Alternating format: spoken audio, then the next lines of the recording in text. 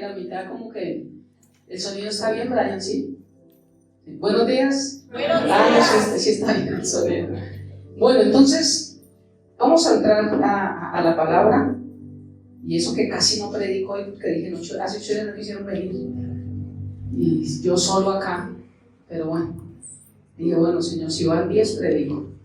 Y hay más de 10, entonces voy a predicar. Mentiras, oremos y entramos en este hermoso tiempo de palabra. Papá lindo, te damos muchas gracias una vez más. Y oramos para poner este tiempo de palabra en tus manos, Padre. Gracias por darnos la bendición de poderte alabar y adorar. Entrar al trono de la gracia con alabanza, esperando que haya sido un olor fragante para ti, Dios. Nos podemos gozar en tu alabanza, Dios, y podemos sentir tu presencia. Qué lindo que es eso, que haga la tierra, Dios, para la semilla que viene ahorita. Padre, ponemos también este tiempo de palabra en tus manos. Te pido que me guíes a través de tu Santo Espíritu y que haga mella más que en nuestra mente, en nuestro corazón, para que podamos praxis, ponerla en obra, ponerla en práctica, bendito Dios. Bendigo cada casa de oración, Dios, que hoy predica la verdad, cada casa de oración de pastores íntegros, correctos, Dios, que realmente extienden tu reino de una manera correcta. Los bendigo sin conocerlos, pero oro por ellos, Padre. Gracias por este hermoso tiempo, Dios, y gracias por darme la bendición de presentar este tema en tus manos y pedir tu bendición y tu guía con tu Santo Espíritu y a través de tu precioso Jesús. Amén y amén. Entonces el tema que tenemos para hoy es el pecado de omisión. El pecado de omisión. Concluyo hoy, creo, con este punto que estamos hablando acerca de la división de pecados. ¿Se acuerdan? Llegamos acá es porque hay una herejía traída por la iglesia tradicional de la división de los pecados en veniales y capitales. No existe esto, no existe tal cosa. Ya vimos en 1 de Juan el versículo por el cual ellos dividieron. Y hoy es un tema muy hermoso porque voy a mostrarles cómo es que ha habido tanto error en la predicación de la palabra desde el Antiguo Testamento. Y creo que hoy les voy a decir algo que ustedes van a decir, porque muchos leemos la Biblia y a veces no la entendemos. Y por eso es que el ateísmo y el gnosticismo dice que la Biblia se confunde a sí misma, que trae contradicciones. ¿No han escuchado eso? Es que ella se contradice, porque es que Dios dice una cosa en otro lado, pero ¿cómo así que Dios se arrepiente? No han entendido muchas cosas. Por ejemplo, si estamos en un viento fuerte y está soplando occidente, ¿cierto? Oriente. Está soplando hacia el oriente, el viento fuerte, ¿cierto? Y yo voy, el viento me va llevando hacia el oriente, a mí. Pero yo cambio de dirección, ¿el viento cambia? No.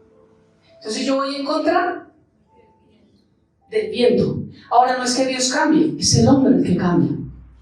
Por eso en la Biblia quien la escribe, porque es observacional, como se escribe la Biblia, es la observación de cada quien la escribe, guiado por el Espíritu Santo. Entonces parece que Dios se arrepintiera, ¿cierto? Parece que Dios cambiara de opinión, pero la Biblia me dice que Dios no cambia. Entonces yo tengo que entender quién es Dios y poder entender el resto de la Biblia. Entonces el que cambia de dirección está yendo, guiándose, está congregándose, está todo, pero un día deja, por lo que sea, va contra la corriente. Ir contra la corriente va a traer problemas. Ahora, ¿cambió la corriente? La corriente fue la misma. ¿Cuál fue el problema? La dirección de mi vida, la que hace que yo sienta los vientos de una manera distinta. Entonces Dios no cambia, soy yo quien cambio. Y al yo cambiar, veo circunstancias diferentes en mi vida de parte de Dios. ¿Me di a entender? Porque es que Dios cambia, Dios esto, y después le dijo a este que él no iba a morir, entonces que Dios cambia de opinión. Una predica de arte Gebel hermosa que ha tenido millones de vistas, pésima predicación. Dios no cambia. Todo buena dádiva y todo perfecto proviene de lo alto, el Padre de las luces, en quien no hay ni sombra de variación. Él no cambia. Él es el mismo, por eso es que Él es fiel a Él mismo. Entonces Dios dice, ay, mire, es que toda la vida Dios a mí no me ayudó, no sé qué, sí sé cuándo, y ahora sí decidió ayudarme. Yo creo que fue porque no. Recibimos la bendición cuando caminamos con el viento. Cuando nos venimos en contra, y no es que Dios cambie, solo entonces. El solo entonces es cuando yo me voy con el viento hacia el oriente porque me ayuda a ir más suave. Pero el día que yo cambie de opinión y me pongo bravo con Dios y con la iglesia y con el pastor y con los hermanos me voy en contra de la corriente. Y créanme que es duro. Los devocionales que estamos hablando acerca de cuando Jesús permitió que fueran solos, ¿cierto? Váyanse al otro lado, pasen al otro lado rápido. ¿Cuál era el afán del Señor? No quería que se contaminaran de la multitud, porque la multitud solo buscaba saciar la barriga, el pan. No habían entendido que Jesús no solamente era para llenar barrigas, que esa era la añadidura. Y los discípulos casi caen también en ese mismo error, al coronarlo rey. Entonces el Señor dice, ustedes son aparte, manada pequeña, váyanse para el otro lado. ¿Sí ven cómo Dios nos aparta? Y me he quedado ahí en solo capítulo 6 y creo que me voy a quedar dando más devocionales. Cómo el Señor nos separa. Nada tiene que ver la luz con las tinieblas. Entonces separa y dice, váyanse al otro lado, pero los dejan solos. Ahora Dios físicamente como hombre, ¿cierto? Y cuando va al otro lado, Él sabía, porque cuando vemos el relato de Marcos y de Mateo, nos damos cuenta que ellos estaban luchando contra la corriente y ahí es donde Jesús interviene. Y a veces algunos dicen, ay, pero yo cómo hago para conseguir estas horas, ay, pero es que es imposible, porque no, pero es que un día un pastor dijo, mire, si a usted lo mandaran ir a vender zapatillas en el desierto, las vende, si Dios lo mandara. Pero no importa, pero zapatillas del desierto son chanclas, las chanclas no con el calor, porque nuestra lógica es lo que nosotros creemos. Política, conseguir trabajo, es que estamos para noviembre, yo no creo que en marzo, octubre, no sé qué, la lógica del hombre. Pero Dios llegó a la barca y no habían más barcas. Los que escuchan el devocional, no habían más barcas. O sea, imposible que Jesús llegara en una barca. En las fuerzas, yo me estoy yendo a otro lado, pero yo me dejo guiar donde Dios me lleva. El Señor llega y no había más barcas, entonces yo soy un experto en el mar, Andrés y Pedro, y puedo luchar, pero me doy cuenta que me quedó grande esto. Esa es mi palabra favorita, me quedó grande. Nos damos cuenta que me quedó grande, ¿cierto? Y ahora pensamos, Jesús, ¿cómo va a venir? Si no hay barcas, esta era la última barca, ya es medianoche, esto es de Atenas, me imagino que mañana nos caerá Jesús porque de Tiberias van a mandar barcas. ¿Sí se acuerdan los devocionales? Pero no fue en la manera que los discípulos creyeron. Jesús llegó sin barco. Como hombre, actuó de una manera sobrenatural. Entonces a veces cuando creemos que no, y si Dios lo dice que sí, es sí. Tenemos que dejar de borrar el chip, de quitarnos ese chip de la lógica del hombre. El hombre por lógica quiere ajustar la lógica a la fe, y la fe y la lógica no van de la mano, porque de hecho Dios llama a las cosas que no son como si fueran, y eso no es lógico. ¿Cuándo nos falta crecer en Cristo, no? A veces creemos que somos los poderosos gigantes que dijo Marcos Luis, estás empoderado, salen de ley, salen al otro día con un trabajo en la casa, los atropellan, cualquier vaina que viene, problema con el enemigo, y el poderoso gigante se acabó. ¿Por qué no les enseñan la realidad? Que el poderoso gigante habita en nosotros, pero que estamos en un mundo donde problemas van a haber. Y mientras estamos con Cristo, hablaba hoy con alguien, el problema de todo el mundo es que Cristo no habita en esa persona. No hay psicólogo, no hay psiquiatra, no hay nadie, ni el mejor pastor del mundo le puede ayudar a ninguna persona. Solamente si Cristo habita en la persona, puede hacer que de tal manera las cosas viejas. El problema de cualquier persona es Cristo. De cualquier adicción es, no hay pastillas, no hay método, no hay fórmula, no hay estructura, no hay argumento, no hay casa, no hay lugar, no hay forma, no hay nada. Solo Cristo habitando en nosotros. Y como es tan sencillo, la gente dice, porque si tú le dices a alguien que está pasando por un problema grande, mira, hay un plan ahorita para ir a, donde decía Tacamandaca, el cartero, para ir a Tacamandaca, yo voy a ir, y vale 8 millones de pesos, se puede pagar mensualmente el millón. Usted llega y viene nuevo, y aseguro que la gente lo paga, porque la gente todavía vive de obras.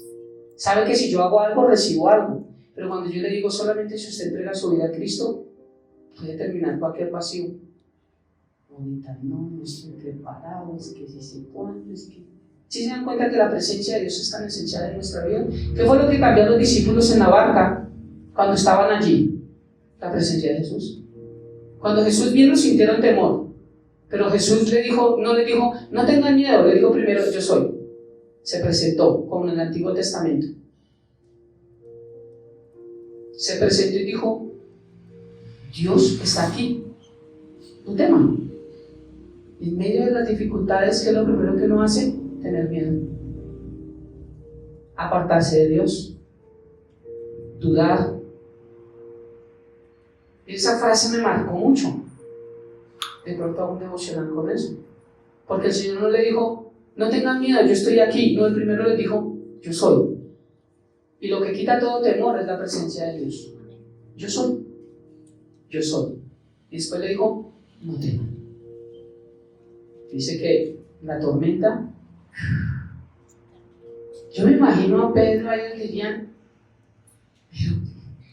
y el susto, yo pienso, es mi interpretación, pero Jesús caminando en el agua, sí sabemos, si nos estamos dando cuenta que es el Hijo de Dios, si nos estamos dando cuenta de Dios, porque solo Él puede multiplicar panes, solo Él puede sanar ciegos, puede resucitar, pero caminar sobre el agua, eso ya es como algo, uno piensa en el poder, eso de, como en las iglesias, ¿cierto? Pero ver a un pastor de caminando sobre las aguas, uno ya queda como, eso es brujería, me lo estoy dando a entender, ya es otra voz, uno dice como, esto es raro. Yo creo que será el asombro de ellos, sí, como que sí entendía que, pero esto sí me dejó asustado, me dejó, porque a veces podemos estar caminando con Jesús, pero nunca hemos entendido quién es Jesús, y cuando Dios obra en nuestra vida, a veces nos da temor, no como, uy. Lo importante es saber que aunque no podamos ver, Dios siempre está obrando en nuestras vidas. Dios siempre está obrando en nuestras vidas. Entonces, estoy hablando de la división de pecados. La división de pecados no existe. Pésima herejía para esta tradición que creó eso. Y hablé que lo que sí hay es formas diferentes en las que pecamos. Pecamos de pensamiento, palabra, obra y omisión. Ahora entra omisión. ¿Qué es omisión? Santiago capítulo 4, versículo 17.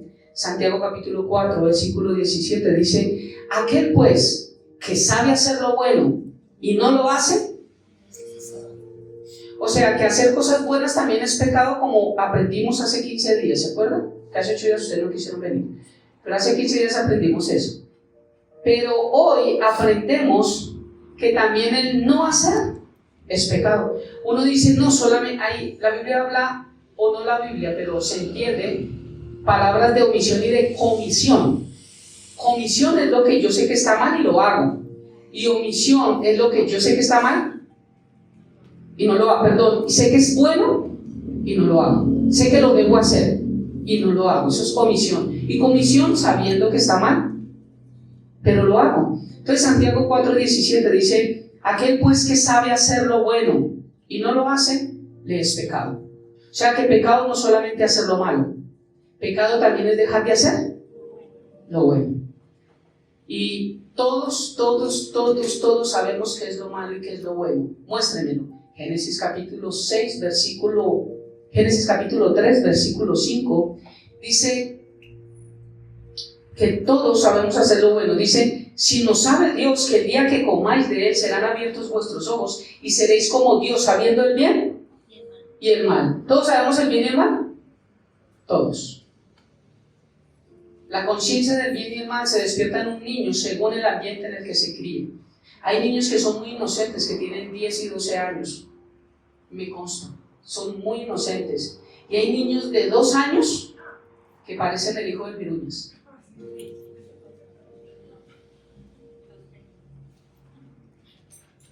Sí, no estoy siendo ofensivo con nadie, porque si son mentirosos, el Señor dijo que son padres de él. Ya ahí nomás. Y he visto unos niños de 2 años con una boca, que en el tiempo que yo era grosero le hubiera dicho, espera, y le grabo para aprenderme, porque no hay altas que no me sé. Niños de 2 años. Ve uno esa inocencia, por ejemplo, de Mateo. ¿Sí? Si pudieron verlo ahorita aquí al frente. Tan lindo como cierra sus ojos, como si vieron esa ternura tan bonita de Mateo. Pero en un niño se nota cuando ya hay mucha maldad. Entonces, cuando un niño pierde por eso es que es mentira que los niños van para el infierno y que hay que bautizarlos, porque primero el bautizo no nos salva. Un niño es salvo, pero si un niño ya entró en maldad y sabe qué es lo bueno y no lo hace, ya tiene que arrepentirse y tiene que pedirle perdón a Dios. La mayoría de iglesias bautistas, digo la mayoría, creen que yo no le debo predicar a un joven y mucho menos se deben bautizar, porque ellos crecen y van a pecar y más adelante fue un error lo que hicieron como jóvenes porque no lo entendieron. Mi pregunta para ellos es, ¿y si mueren? Si muere alguien de 17, 18 años, 19 años, 20 años, 16 años, 15 años, se va para el cielo solamente porque no tenían la edad para bautizarse ni para aceptar a Cristo, porque más adelante iban a conocer de Dios, ¿verdad? Desde que hay maldad en un niño, que usted ve que hay maldad, hay que hablarle de Dios. Obviamente no le va a dar exégesis, hermenéutica, pero hay que enseñarle lo básico. Y si chicos tan inteligentes como la hija de Carlos que me preguntan cosas que ninguno de ustedes me ha preguntado. ¿Sí o no? Yo a veces como que le explico bien o le explico medio. A veces no sé cómo explicarlo, porque me hacen unas preguntas pero hay que enseñarles. Entonces, me está enseñando el pecado de omisión Santiago, que hacer lo bueno y no hacerlo, saber hacer lo bueno y no hacerlo también es pecado. Y estoy dando un versículo para mostrar que todos sabemos hacer lo bueno y todos sabemos también que es lo malo. Ahora, el libro de Eclesiastés nos enseña que Dios nos dio conciencia de eternidad en nuestro corazón. O sea que aún los indios, aún todas las tribus, todos los que no saben de Dios, saben que pasa algo cuando morimos. Por eso se entierran con vírgenes, con tesoros, ¿sí se dan cuenta? Porque saben que pasa algo al otro lado. Todos tenemos conciencia de eternidad. El ateísmo no puede venir a babosear acá y que es que no sé qué y esto lo creó el Big Bang y que escuchaba a alguien que decía, es que esto lo creó la nada, ¿cierto? Pero Dios no puede crear nada porque también es nada. Entonces decía, ¿cómo creer en algo que para mí no es nada, que crea la nada, si la nada también era nada? Y ellos se enfrascan ahí. Entonces, lo que no han entendido muchos es que, y Dios es hermoso porque Génesis capítulo 1 dice en el principio, creó Dios los cielos y la tierra, y una vez expliqué de eso, ahí nos habla de tiempo, de espacio. ¿Sí se acuerdan de ese devocional que yo enseñé? Tiempo, materia y espacio se crean en Génesis capítulo 1. Es hermoso. Y la misma ciencia, que dicen que solo creen en la ciencia, muchos científicos hoy en día se han convertido, la misma ciencia en las 4 leyes, una que es la ley de la termodinámica, que habla acerca de que todo va al descenso, el deterioro, se está dañando, ella misma muestra que la nada no fue lo principal, porque se está acabando. El mundo se está acabando, la naturaleza se está acabando, todo está en deterioro. O sea que si la nada es lo principio, no puede ser, porque no tendría por qué deteriorarse. O sea que algo sí creó la nada, y ese es Dios. Se enfrascan en un poco de cosas que no tienen ni sentido. Todos sabemos hacer lo bueno, todos tenemos conciencia de eternidad, todos sabemos que está mal y que está bien, cristianos o no cristianos, adventistas, católicos, mormones, musulmanes, todos saben qué es lo bueno y qué es lo malo. Todos lo saben. Entonces, ¿qué es la palabra omitir? Pecado de omisión, ¿qué significa omitir? Significa no hacer nada. Ya sea por pereza o por dejadez. No haber pronunciado una palabra adecuada o no haber obrado de alguna manera correcta. ¿Sí ve lo que es omisión? No hacer nada, ya sea por pereza o por dejadez. No haber pronunciado una palabra adecuada.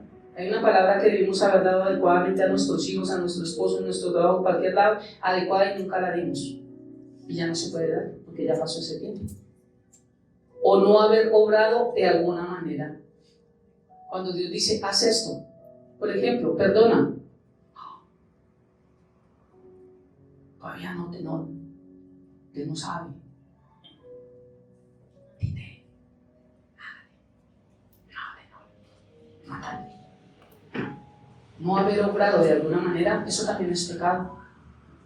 Sinónimos de omitir: olvidar, distraerse, inadvertencia, descuido, laguna, una falta, negligencia, abstención, exclusión, salto. Esa palabra me marcó harto.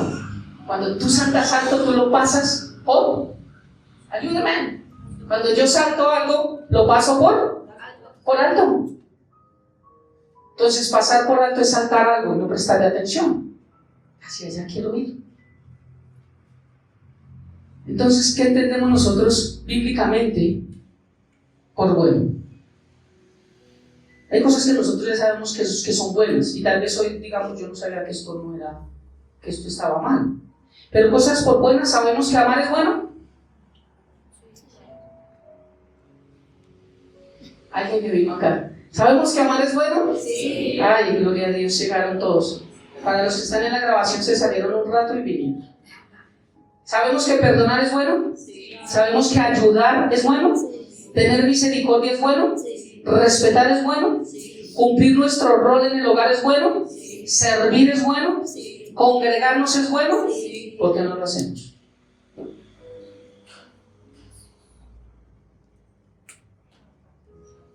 Muchos nos saltamos eso, no amamos. Muchos no nos congregamos. Muchos no servimos. Muchos no ayudamos. Muchos no respetamos. Muchos no cumplimos el rol que nos toca en nuestro hogar.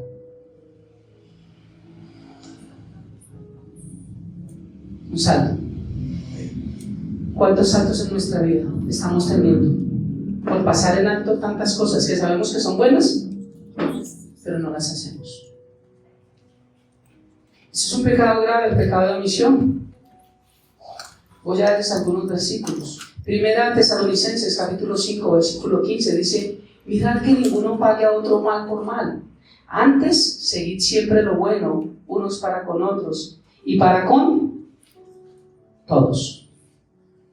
Salmo 34, 8 dice: prueben y vean que el Señor es bueno. La gente no se acerca al Señor porque no ha entendido que Dios es bueno.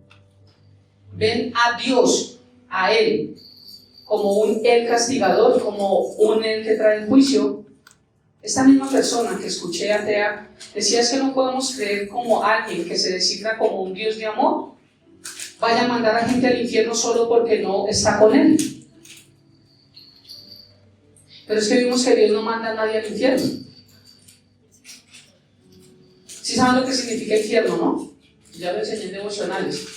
Ausencia de Dios. La palabra infierno es ausencia de Dios. O sea, que el que está allá es porque no quiere estar con Dios. Y Juan capítulo 3, versículo 17 al 36, habla que el Señor envió a Jesús no a condenar al mundo, sino que el mundo sea salvo a través de Él. Pero que el hombre no quiere para que sus obras no sean expuestas, porque la luz vino al mundo y ellos se apartaron de la luz. Entonces el que cree en el Hijo de Dios tiene vida eterna, pero el que rehúsa a creer en Él no solamente no tiene vida eterna, sino que la ira de Dios está sobre Él. Entonces el ateísmo no entiende esto, que Dios es un Dios de amor, pero a ese Dios de amor hay que añadirle con una grapa justicia. Si es amoroso y bueno, es justo. ¿Y Dios no envía a nadie al infierno? ¿A nadie? Nos creó con libre albedrío. Nosotros tomamos la decisión de amar o de no amar, ¿cierto? Entonces prueben y vean que el Señor es bueno. A esto le cuesta mucho, inclusive a cristianos, porque hay gente que puede llevar 20 años en el cristianismo, pasa una prueba y con el primero que pelea no es con el vecino. Entonces no han entendido que Dios es bueno. Qué alegría para los que se refugian en Él. Los que nos refugiamos en el Señor, eso produce alegría. ¿Quién dijo que en medio de los problemas y Dios está con nosotros, para que nosotros estemos alegres cambia el problema. O yo estoy loco. No, el problema puede seguir, pero yo puedo ver las cosas desde otro punto de vista y puedo estar alegre porque sé que Dios está conmigo. Eso es lo que Dios hace. Pero en estas iglesias de medio pelo, lo voy a seguir diciendo, que hablan de un Dios con D minúscula porque no es nuestro mismo Dios, los emocionan, haciéndoles creer falsas esperanzas. Es como el hombre que engaña a la chica, y te amo y te bajo la luna y el sol y te pinto las estrellas. Eso no se puede empezando, pero le habla bonito, y después cuando se dé cuenta que solamente quería ángeles, ¿cierto? Igual allí en las iglesias, Dios no sé qué, y tú llegas y Él sí sé cuándo, y te empodera y descubre el gigante, y para que veas la princesa que eres, y eres, sí, porque no les dice que primero tenemos que dejar nuestro pecado, para que esa princesa aflore en nosotros y Dios siempre esté con nosotros, porque solo entonces es que Dios habita. Dios no cambia, somos nosotros los que al pecar nos vamos, Dios, es que ya ahora Dios a mí no me bendice, y es que Dios no, y eso que voy a la iglesia no cambia para nada, porque lo que necesito cambiar es mi dirección. Cuando cambio mi dirección me digo, ay, el Señor otra vez se volvió bueno conmigo, ahora sí. No, Dios siguió enviando el viento hacia la misma dirección. Mi vida es la que hace que tenga que luchar contra la corriente y me salte procesos en mi vida. Romanos capítulo 12, versículo 9 dice, no finjan amar a los demás. O sea que el amor también se finge. Mira, hay una frase que he escuchado de algunas personas. Se me acabó el amor. ¿Lo han escuchado? Eso es falso. ¿Cuándo he visto que Dios se agote? ¿Quién ha visto que Dios se acabó? ¿Es el amor no se acaba? No finjan amar a los demás. Ámenlos de verdad. Aborrezcan lo malo. Aférrense en algo. O sea, que no amar de verdad es malo. ¿Ven lo que dice el versículo? No finjan amar a los demás, ámenlos de verdad. Punto. Aborrezcan lo malo. ¿De qué viene hablando? De que no finja amar. O sea que fingir un amor que no se siente es malo. Y es lo que el Señor dice, aborrezcan. Aférrense a lo bueno. ¿Qué es aferrarse a lo bueno? Amen de verdad. ¿Se dan cuenta cómo se interpretan los versículos? Sencillo. Yo ahorita les voy a mostrar cómo interpretaban los versículos antes, y ahorita lo siguen haciendo. Eclesiastés 5:4 dice, no voy a ir ahí porque quiero explicar algo acá. Entendemos bíblicamente lo que es bueno, ¿cierto? Amar, perdonar, ayudar, tener misericordia, respetar, cumplir nuestro rol en el hogar, servir, congregarnos. Pero también permitir cosas en nuestro entorno, no estorbar, hacer promesas y no cumplirlas, posponer y nunca hacer. ¿Sabían que eso también es pecado?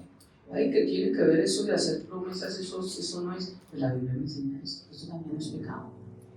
¿Para cuántos es bueno que nos cumplan lo que nos prometen? ¿Cierto? Entonces, cuando yo no cumplo lo que prometo, es malo. Porque sabiendo que eso es bueno y que lo debo hacer, dejo de hacerlo. Estoy omitiendo eso. Eclesiastés 5:4 dice, cuando le hagas una promesa a Dios, no tardes en cumplirla, porque a Dios no le agradan los necios. O sea que no cumplir promesas es necedad. Cumple todas las promesas que le hagas a Dios. Y muchos hemos prometido a Dios. Antes de llegar a Cristo, con la muerte de mi hermano José, yo le hice algunas promesas a Dios que no le cumplí, como dejar el licor. Después que murió mi padre, también le volví a prometer lo mismo a Dios. Y le dije esta vez sí, y esta vez sí que tampoco. Hemos hecho promesas que no cumplimos a Dios.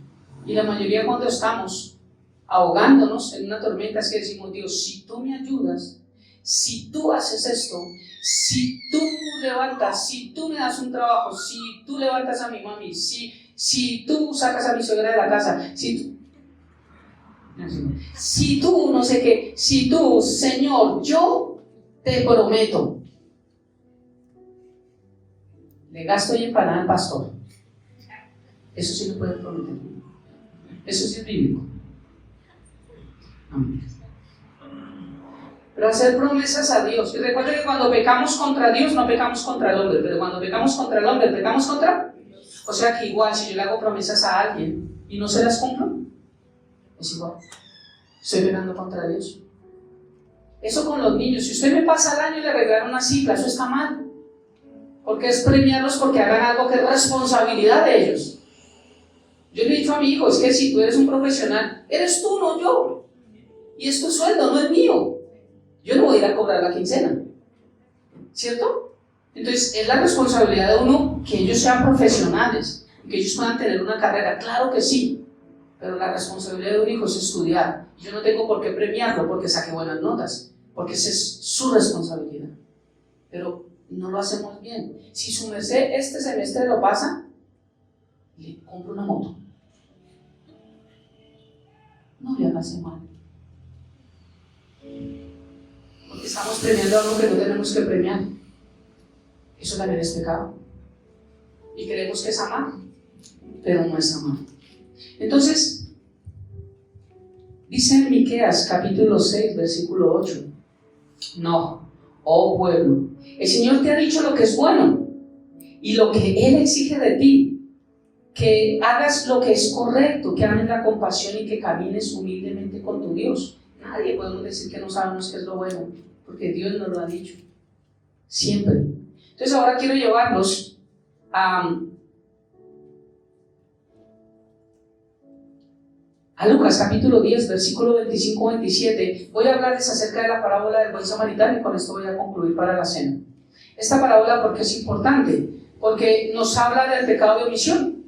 Nos habla que pasó un sacerdote y no hizo nada, que pasó después un levita y tampoco hizo nada, pero que después pasó un samaritano y fue movido a misericordia y él hizo lo que un hijo de Dios debería hacer, que el sacerdote y el levita, que eran los que servían en el templo, conocían y no hicieron. ¿Y por qué no lo hicieron? Les voy a mostrar: por una mala interpretación de la palabra. Porque no es solo, ay, el levita no pudo, el sacerdote no. Entender en la palabra por qué ellos no lo hicieron. Y no lo hicieron por una mala interpretación. Y hoy en día la gente está engañada en las iglesias. ¿Por qué? Por malas interpretaciones. Y hoy en día se pelea de cuál es la iglesia que no sé qué, cuál, por malas interpretaciones. ¿De dónde tenemos frases nosotros tan conocidas? A veces ni tenemos idea, pero todas las repetimos como Dios le bendiga. Y como Dios tiene el control. ¿De dónde vinieron pues esas frases? Pero todas las repetimos.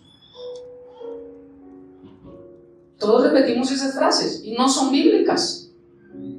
Y vienen y las repiten unos tras otros, tras otros, tras otros, tras otros, y después nosotros seguimos igual en tradición como la Iglesia Católica. Somos católicos protestantes. ¿Sí o no? En nuestra manera de creer. Y eso es lo que nosotros tenemos que hacer al congregarnos en una iglesia, aprender qué es lo bueno y qué es lo que tenemos que dejar de nuestra vida. No venir aquí a decirles, mire, si ustedes vienen y me traen primicias o me siembran, entonces esta semana le va a ir bien. ¿Cuánto están necesitando trabajo? Unja aquí al bendiga al ungido y verá que esta semana, yo estaba contando a Johnny y a Angie la unción de la prosperidad que hay ahorita en unas iglesias pentecostales. Cuando el ministro, el ungido somos todos, cuando el ungido está cantando una alabanza, hay que ir a llevarle billeticos y ponérselos acá y acá para que prosperes económicamente. Y la gente se pegan allá, se golpean por pasar al frente a lo que ellos llaman altar. Esto no es un altar, esto es un púlpito. El último altar fue la cruz. Y se van al púlpito a ponerles al ungido billetes aquí, billetes. Por eso es que si uno dice que es pastor, es cristiano. Por esta gente, lo digo sin respeto, por payasos del evangelio, porque esto no es bíblico. O sea, se pintan, se enmascaran, se disfrazan de lo que no es bíblico y hacen cosas, y por eso son payasos del evangelio. Y por eso nosotros los tienen en un concepto que no es. Entonces voy a mostrarles acá. Voy a leerles primero en Lucas capítulo 10, versículo 25 al 37, y después voy a hacer una exégesis de versículo por versículo, pero voy a leerles. Dice: y he aquí un intérprete de la ley. Voy a arrancar con esto. Para los que vinieron hoy, he aquí, ¿quién? Un intérprete de la palabra, la ley. Hoy también hay intérpretes de la gracia, del Nuevo Testamento, y la interpretan pésimamente. Entonces, esta parábola del buen samaritano, la conclusión está en cómo inicia. He aquí un intérprete de... Ahí está el problema. Voy a mostrarles bajo la palabra de Dios que este señor interpretaba mal la palabra de Dios. Y al interpretarla mal, el levita y el sacerdote, por eso no ayudaron.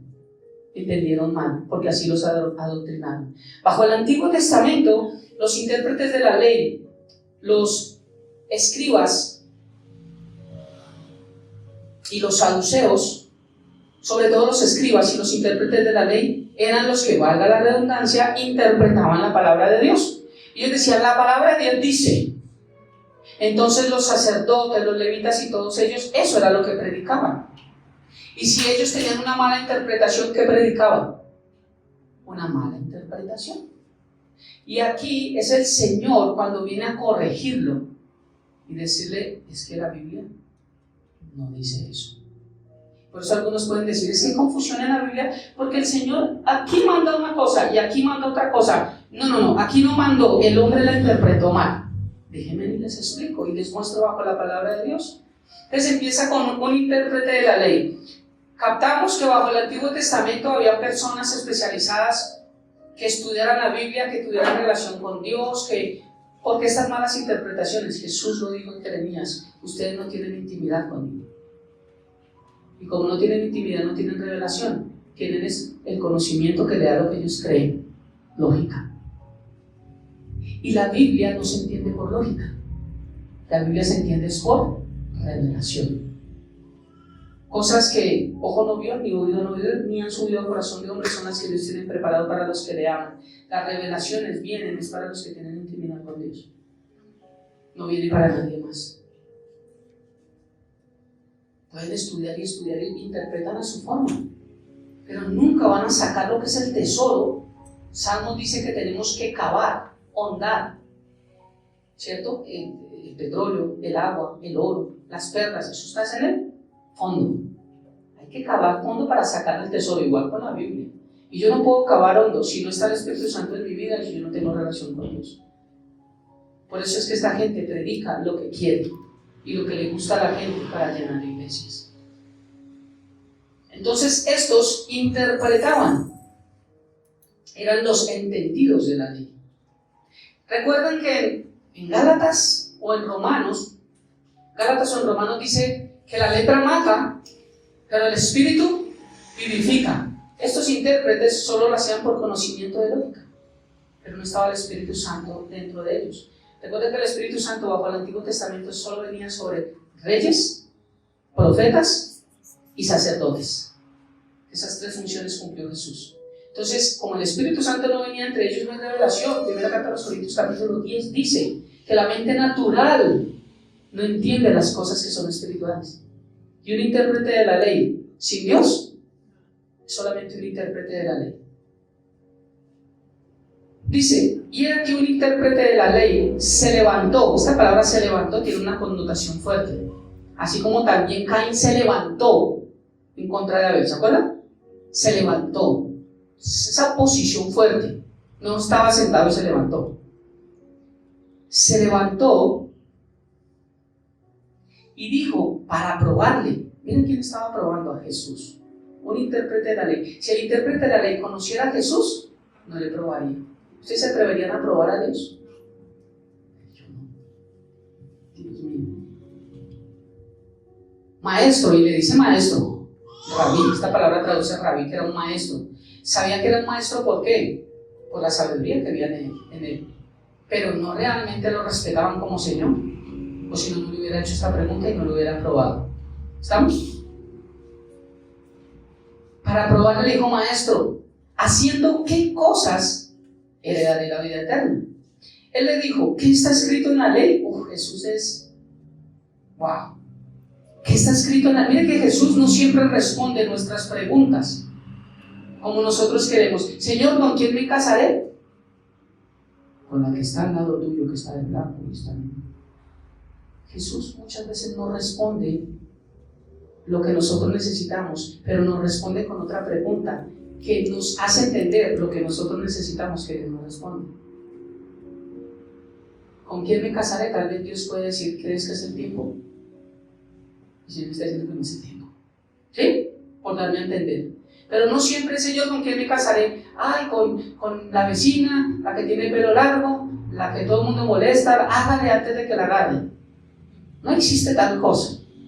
Entonces, aquí le preguntan, ¿haciendo qué cosa se heredará la vida eterna? Pero era para probarle. Jesús, que es un sabio, no le dijo, mira, tienes que hacer, ¿tienes con qué anotar?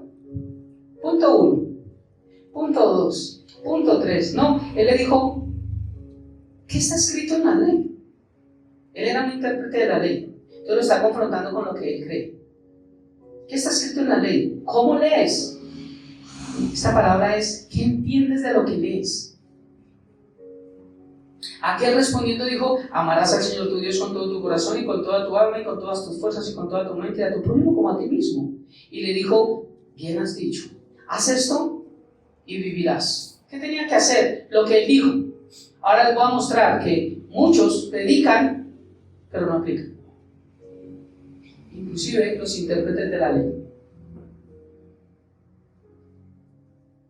Versículo 29, pero él, queriendo justificarse a sí mismo, Dios nos confronta, nos muestra todavía justificarse. ¿Ha visto los pastores que han caído? Y en vez de decir, fallé y le pido perdón a Dios.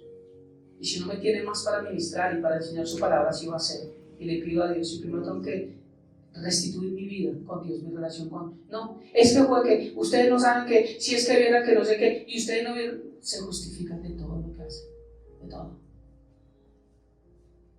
Y él, queriendo justificarse a sí mismo, dijo a Jesús, ¿y quién es mi prójimo? Para los que están conectados, den cuenta que la parábola que estoy leyendo, aquí van 3 personas, 2 no ayudan a su prójimo. Pero el intérprete de la ley, el que supuestamente la conocía, no entendía quién era el prójimo. Al no entender quién era el prójimo, por eso fue que no le ayudó. ¿Vamos por ahí? El problema aquí es que conocía la Biblia, pero solamente el escrito. No había vida en lo que leía. Por eso no entendía quién era su prójimo. Pero ahorita al hacerle un poquitico de enseñanza y les voy a explicar más y vamos a... Versículo 30, respondiendo Jesús dijo, un hombre cualquiera descendía de Jerusalén a Jericó y cayó en manos de ladrones, los cuales le despojaron e hiriéndole se fueron, dejándole medio muerto. ¿Medio muerto? ¿Cuántos en esta palabra? ¿Estaba muerto? Medio muerto. Quiere decir moribundo, estaba vuelto chicuca, pero no estaba ni andaba de parranda. Estaba medio muerto. Y cayó en manos de ladrones, los cuales le despojaron, hiriéndole se fueron, dejándole medio muerto. Aconteció que descendió un sacerdote por aquel camino, y viéndole pasó de largo. Asimismo un levita, llegando cerca de aquel lugar, y viéndole pasó de largo. Pero un samaritano que iba de camino, vino cerca de él, y viéndole, los 3 le... Es la misma palabra en el griego que ya les voy a enseñar qué significa viéndole. Los 3 vieron de la misma manera. ¿Cuál era el problema? Los 3 no interpretaban la palabra de la misma manera. Por eso muchos, cuando no entienden la palabra como es, viven de una manera diferente, porque no es lo que ven, es lo que ellos entienden. ¿Se dan cuenta de la diferencia? Porque hay varias iglesias, porque hay varias religiones, porque cada quien vive por lo que entiende, por lo que ellos interpretan, pero no por lo que Dios dice. Ahí está la respuesta para alguien que está acá, que un día me dijo, ¿y cómo hacemos para saber que está la religión correcta? Y me acuerdo de un excelente líder que hoy en día es católico. Dijo, no sabemos si ni siquiera está la religión correcta. No sabemos, tenemos que seguir con Dios, porque nadie sabe. A mí me confundió. Peor, yo ahora estaba empezando en Cristo. Y un líder.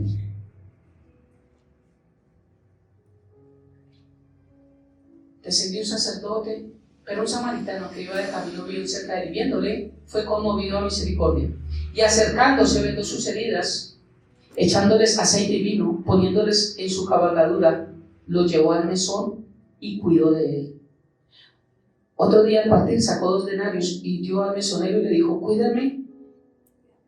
cuídamele, y todo lo que gastes de más yo te lo pagaré cuando regrese. ¿Quién pues de estos 3, le hace la pregunta al intérprete de la ley Jesús, quién pues de estos 3 te parece que fue el prójimo del que cayó en manos de los ladrones? Él le dijo: el que usó de misericordia con él. Entonces Jesús le responde: ve y haz tú lo mismo. Ahí le respondió, pero hasta que le enseñó y le hizo dibujitos. Dicen estudiosos, teólogos muy duros, gente muy estudiada, que esta parábola fue una realidad, que esto sucedió.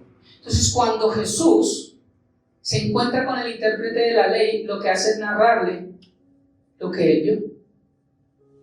En uno de sus caminos a Samaria y a Jericó, él vio esto.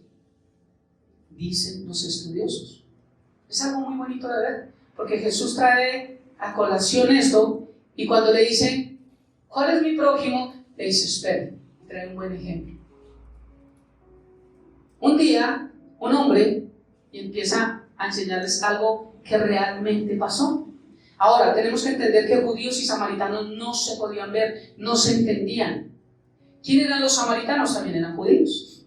Pero los judíos se juntaron con Babilonia y con Asiria y formaron doctrinas judías, asirias, babilónicas, y eso separó de la creencia solamente judía. ¿Me dio a entender?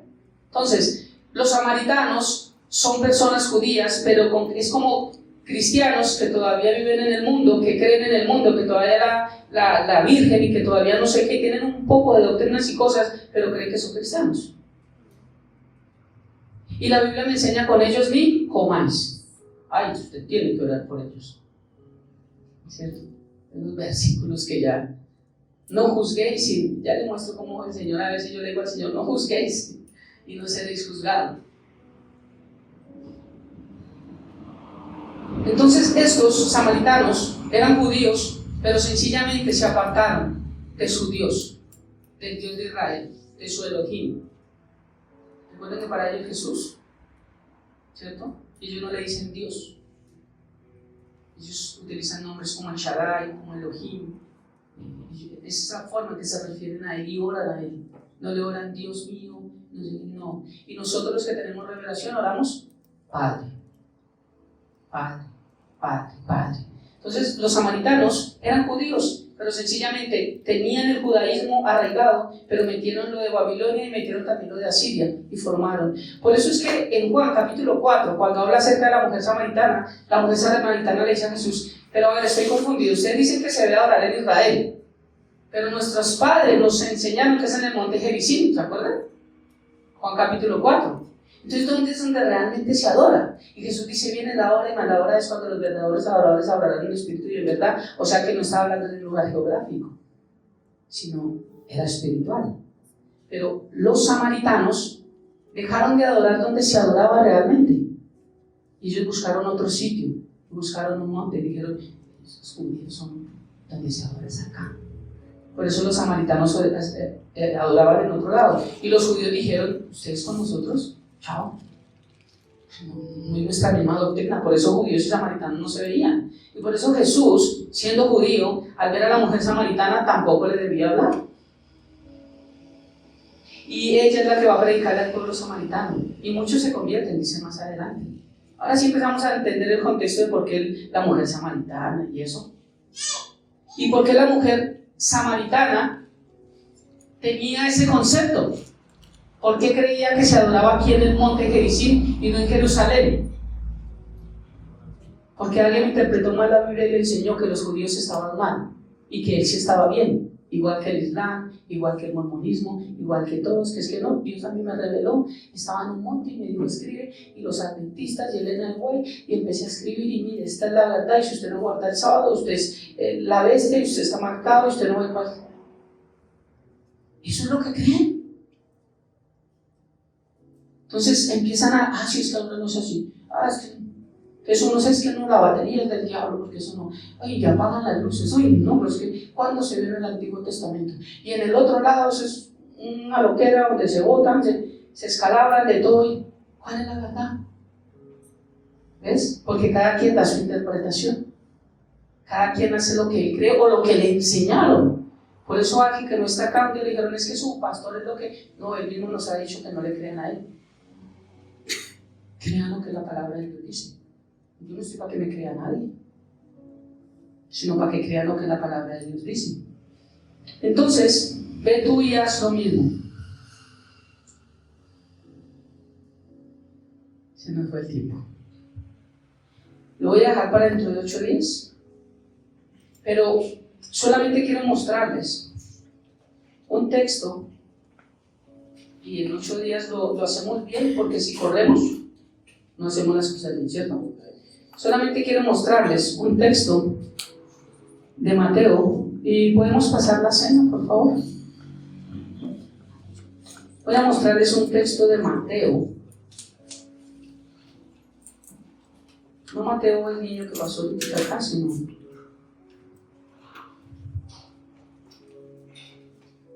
está en Mateo capítulo 5, versículo 43 al 48. Como para no dejarlos con hambre de lo que les estoy explicando, ¿sí? Les voy a explicar aquí y en 8 días vuelvo y hago algo bien chévere y volvemos a hacer una comida bien rica, ¿sí? Entonces miren, voy a explicarles lo que estoy hablando de las malas interpretaciones. Grandes y maravillosas son tus obras, justos y verdaderos son tus caminos. Estoy orando mientras tanto oro. Mateo 5, del versículo 43 al 48. Presten atención acá, por favor, y no nos saltemos eso. Para que nos vayamos y digan, yo no entendí hoy nada. Presten atención acá. ¿Cuántos están hoy conmigo? ¿Amén? Bueno, listo. La mitad les pido que me Mateo capítulo 5, versículo 43. Con esto entendemos el sermón. Pero como tengo más para darles, traje unas entraditas, unas cosas, se las doy en 8 días. Pero con esto entendemos el mensaje que le voy a traer. Mateo capítulo 5, versículo 43 al 48 dice: ama a tus enemigos. Mire, para los que vinieron hoy, dice la palabra de Dios. Quiero explicarles primero. Cuando la Biblia está escrita en rojo, significa que son palabras de Jesús. Entendamos esto, ¿sí? Es importante. Cuando está en rojo es que Jesús habló. Cuando está en negro, no las habló Jesús. Así como cuando encontramos mayúsculas, sabemos que es el Espíritu Santo. Entonces, en rojo son palabras de Jesús. Entonces, aquí está hablando Jesús. Dice, versículo 43. Oíste que fue dicho, también le estaba hablando a los fariseos. Oíste que fue dicho, ¿por quién? El Señor le está hablando, los voy a llevar allá. El Señor le está hablando a los fariseos, ¿cierto? A los que tenían una doctrina errónea. Ustedes han oído, oyeron que fue dicho, ¿por quién? ¿Alguien me puede decir por quién? ¿Los fariseos escucharon? ¿Por quién? Por los intérpretes, gracias Carlitos, por los intérpretes de la ley. Porque yo dije al comienzo que quienes enseñaban a los sacerdotes, levitas, y la doctrina que tenían los fariseos era de ellas, era por los intérpretes de la ley. Entonces, oíste que fue, gracias, gloria a Dios. Oíste que fue dicho, le está diciendo a los fariseos el Señor, ¿por quiénes? Por los intérpretes de la ley.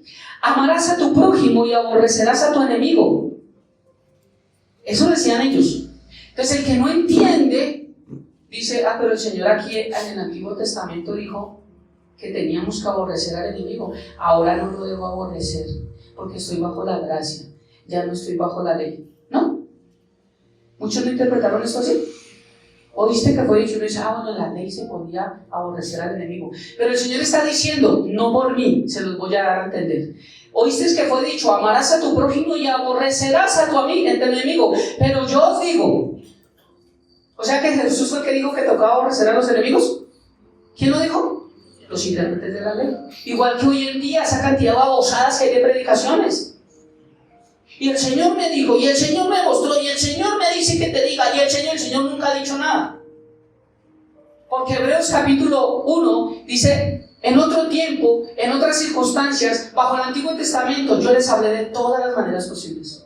Profetas, sacerdotes, reyes, a través de sueños, vellones. Hoy en día la gente hace vellones. ¿Ha visto iglesias que hacen vellones? Les enseñan: piedra es una señal, y el Señor te va a mandar una señal. El Señor no va a mandar ninguna señal, porque Dios no va a cambiar porque un pastor lo dice. Si llueve, Señor, si llueve, entonces es porque sí tengo que ir a la iglesia. Si no llueve, Señor, es porque no. Señor, si me llaman temprano es porque ese trabajo era para mí. Esos son vellones, eso no es bíblico, porque para eso está el Espíritu Santo dentro de nosotros. Entonces todas esas interpretaciones pésimas de esas iglesias pésimas que no son de Dios, por eso son pésimas, porque la iglesia de Dios es santa, es sin mancha, es sin arruga y es hermosa, aunque es defectuosa, porque estoy yo empezando, ¿cierto? Es defectuosa, pero es bella y santa porque así la tiene Jesús, porque Dios Padre no me ve a mí, ves a Cristo, y Él compró mi pecado, me redimió. Entonces eso es lo que ve el Padre. Pero en todas estas iglesias donde hablan una cantidad de basuras y de mentiras, realmente Dios no está ahí. Y Jesús nunca: hacedores de maldad, apartados de mí, pero en tu nombre nunca los conocí. Pero yo os digo, Jesús, el problema del ateísmo y todos dicen es que la Biblia se contradice. Por ejemplo, esto es que antes decía que tenemos que aborrecer. Mire que Jesús nunca dijo que teníamos que aborrecer a nuestros enemigos. Nunca lo dijo. ¿Quién fue el que lo dijo? Un hombre que interpretó mal la palabra. La interpretó mal. Ahora, ¿de dónde me muestran? Les voy a mostrar los versículos de donde ellos sacaban eso y interpretaron mal la palabra. Pero no los dejé con hambre, ¿cierto? Les mostré: amad a vuestros enemigos. Pero yo os digo, ¿Jesús cambió? No.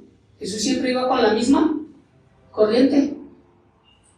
Los escribas iban, y los intérpretes de la ley, en contra de lo que el Señor ya había dicho. Oíste que fue dicho, pero yo os digo, amad a vuestros enemigos, bendecid a los que os maldicen, haced bien a los que os aborrecen, y orad por los que os ultrajan y os persiguen. ¿Para qué, Señor, tengo que hacer eso? Versículo 45. Para que seáis hijos de vuestro Padre que está en los cielos, que hace salir el sol sobre malos y buenos, y que hace llover sobre justos y injustos. Porque Dios le tiene que nombrar esto a él. Porque tal vez en su mente, en su corazón, el intérprete de la ley del fariseo estaba diciendo: sí, y ellos bien malos, yo porque voy a no sé qué. En cambio, como ellos, el Señor le tiene que estar diciendo: es que sobre ellos también hay bendición. Una cosa es la vida eterna, pero otra cosa es la bendición. También llueve sobre ellos, también sale el sol sobre ellos. ¿Usted cree que hay gente bendecida y dice: oye, es que está Dios con él? No, puede estar el diablo, pero el sol también cae sobre ellos y la lluvia también cae sobre ellos, porque la bendición material no define mi eternidad espiritual.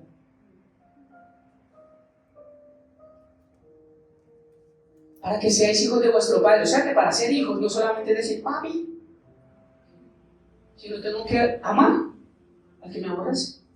Qué difícil es eso, pero es lo único que me hace ser hijo. Porque si amáis a los que aman, ¿qué recompensa tienen? ¿No hacen también lo mismo los publicanos? ¿Quién eran los publicanos? Los que cobraban impuestos, los que la gente no podía ver. Esos que cada rato le suben el impuesto a no sé qué, el IVA del 18, 5 por mil, el impuesto del RTI, que suben la gasolina, que todos esos son publicanos. Y si saludas a vuestros hermanos solamente, ¿qué hacéis de más? ¿No hacen también así los gentiles? Sed pues vosotros perfectos. Pero pastor, usted ha enseñado que nosotros no somos perfectos. Está enseñando que la perfección de Cristo se emana en nuestra vida cuando yo hago lo que Él hizo. No me está diciendo que voy a ser perfecto, ¿sí? Porque, ay, es que somos perfectos. No, espiritualmente sí, pero del alma, esa loca nos tiene a nosotros. Las emociones, la voluntad y el intelecto es el problema tuyo y el problema mío. Cuando estamos de rabia no queremos nada, todos le echamos la culpa, ¿o no? Entonces el alma es el problema en nuestra vida, y el alma, para controlarla nosotros Necesitamos de la palabra de Dios para saber cómo controlar. Por eso necesito una iglesia local. Por eso necesito un don ministerial. Por eso necesito no un intérprete de la ley. Por eso necesito conocer la esencia de lo que es la palabra de Dios para traer cambios a mi vida. Si no, nunca lo voy a hacer. Y por eso es que cada quien tiene un punto distinto, porque en cada iglesia le dicen una cosa y en cada iglesia creen en una cosa. ¿Vieron el jueves cómo enseñé cómo se dividieron las 4 iglesias? La anglicana, la presbiteriana, la calvinista. Y de ahí, ¿qué hacemos? Bueno, pongamos de acuerdo con las 5 solas. Pero había un acuerdo. Pero hoy en día, que el soplo mágico, que el saco del pastor, que el agua bendita, que el polvo mágico, que la vela no sé qué, que... Igual estamos que los católicos vendiendo agua bendita y velas vendiéndole a los... Estamos igual, para los que creen en todas estas cosas y no son de Dios. Sed pues perfectos vosotros, como vuestro Padre que está en los cielos es perfecto. ¿Cree que algún día usted y yo podemos ser perfectos como Dios? Nunca. Pero Dios lo que está hablando acá es que nuestra actitud, allá voy a ir porque voy a ir a Santiago, voy a ir a muchas cosas, para mostrar que nuestras obras muestran en quién creemos. Y cuando demuestro en quién creo, es que la perfección de Cristo habita en mi vida. Ahí me voy a entender. Entonces tenemos que tener mucho cuidado con muchos intérpretes. Hoy en día todavía hay intérpretes de la ley porque todavía están bajo el Antiguo Testamento. Los adventistas son intérpretes de la ley, que tengo que guardar el sábado, por ejemplo. Es su interpretación. Y es como si el Señor dijera, oíste que fue dicho que tienes que guardar el día de reposo y si no lo guardas, entonces tienes la marca de la bestia y vas a ir para el infierno. Pero yo os digo que el día de reposo no es un día, el día de reposo soy yo. Venid a mí todo el que está trabajado y cargado, yo los haré descansar, porque mi yugo es fácil y ligera mi carga. Y el único que puede proveer descanso para ti y para tu vida soy yo, Cristo Jesús. Oíste que fue dicho, pero yo os digo. Así es que desarmamos un poco de sectas y de herejías y de doctrinas erróneas que no son bíblicas. Pongámonos en pie y vamos a tomar la cena.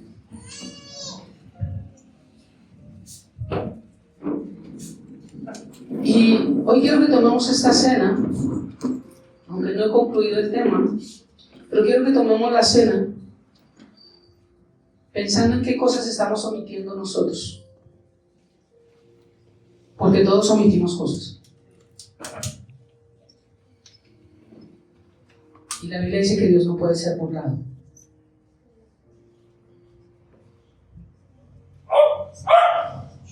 Dios no puede ser burlado. Todo lo que el hombre sembrare, si nosotros pasamos, a veces tengo que ser muy simbólico, ¿cierto? Pero esto ayuda.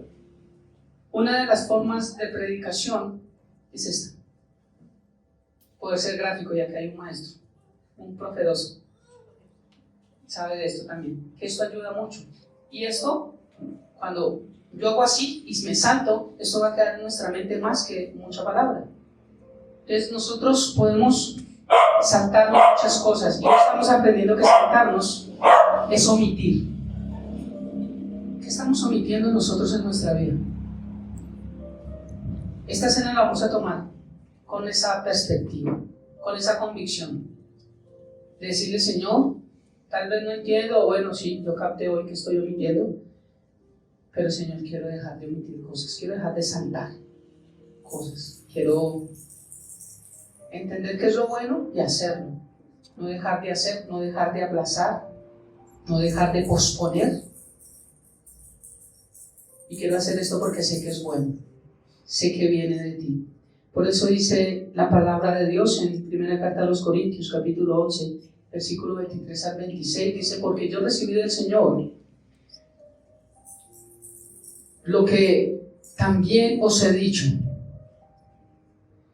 que el Señor Jesús la noche que fue entregado tomó pan, y habiendo dado gracias lo partió y dijo, tomad, comed, este es mi cuerpo que por vosotros es partido, haced esto en memoria. Es simbólico, este no es el cuerpo de Cristo, no somos caníbales, esto es un simbolismo que Jesús usó.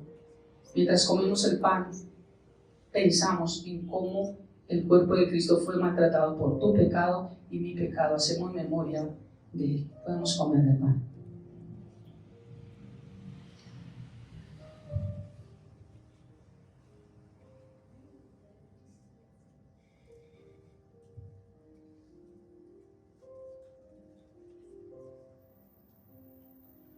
Asimismo tomó también la copa, después de haber cenado, diciendo: esta copa es el nuevo pacto.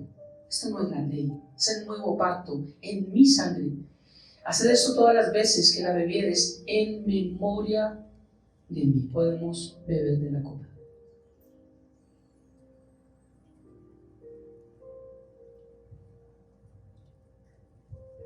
Así pues, todas las veces que comieres este pan y bebieres esta copa, la muerte del Señor anunciáis hasta que Él venga. Cuando tomaste esta copa y comiste de este pan, tú estás diciendo: Señor, ven pronto. Cierra tus ojos. Padre bendito de gloria, gracias por esta preciosa mañana. Gracias por este día que tú hiciste. Padre, hoy entendemos lo que es el pecado de omisión. Pero hoy también entendimos un punto importante gracias a ti, gracias a tu Santo Espíritu que nos ha revelado el por qué hay tantas religiones, el por qué hay tantas sectas, el por qué hay tantos conceptos, el por qué hay tantos pensamientos, el por qué hay tantos argumentos, el por qué nos peleamos unos a otros, que esto dice y que esto no dice, cuando hay una sola verdad, Dios. Y tenemos que concentrarnos en más yo os digo, no en el oíste que fue dicho, porque hemos oído de todos muchas cosas que repetimos sin conocimiento. Y creemos que por ocupar un puesto en un púlpito, Él tiene la razón.